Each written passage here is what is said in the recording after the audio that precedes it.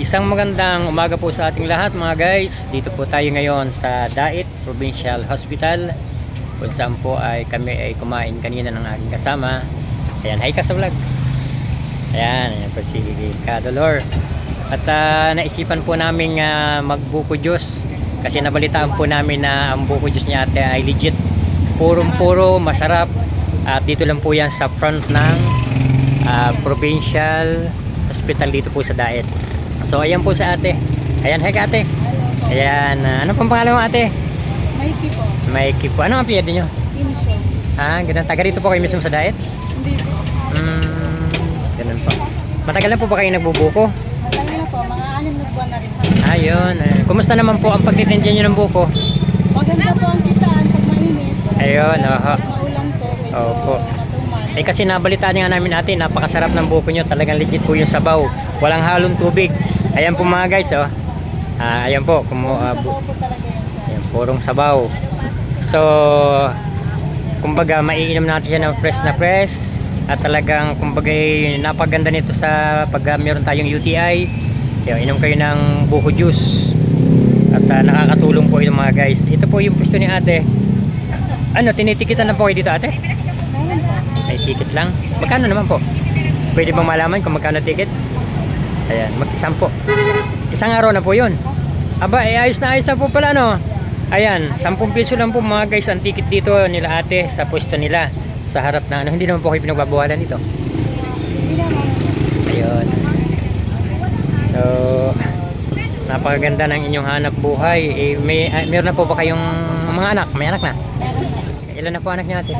Tatlo. 3. Ay, si kuya po, anong trabaho? Ganito rin po.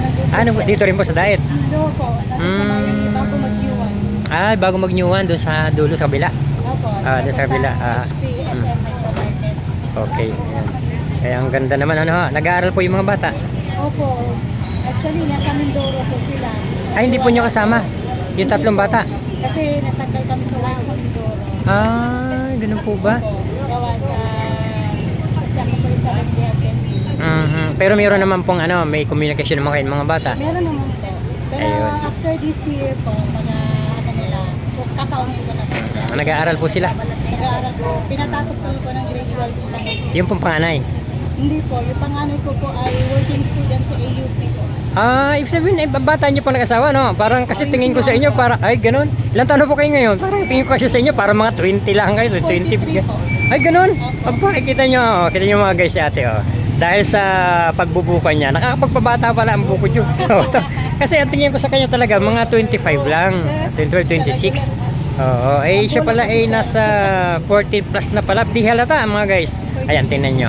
Ayan, so guys, ini-invite namin kayo na sana yung makapapanood po dito sa buko. Sa bukuhan ni ate dito sa may tapat ng Provincial Hospital sa Dait. Dito po kayo pumunta at napakasarap po ng buko ni ate. Thank you. Ayan, ito po yung kanilang buko. Ito po ay along the highway lang naman po papuntang Bagasbas Road. Yan po, papuntang Bagasbas Road. So yun lang po guys, at mga kauragon, maraming salamat po sa patuloy niyong pagsuporta sa aking mga ina-upload. At sana po ay patuloy niyo pa po akong suportahan. Maraming salamat po sa inyong lahat.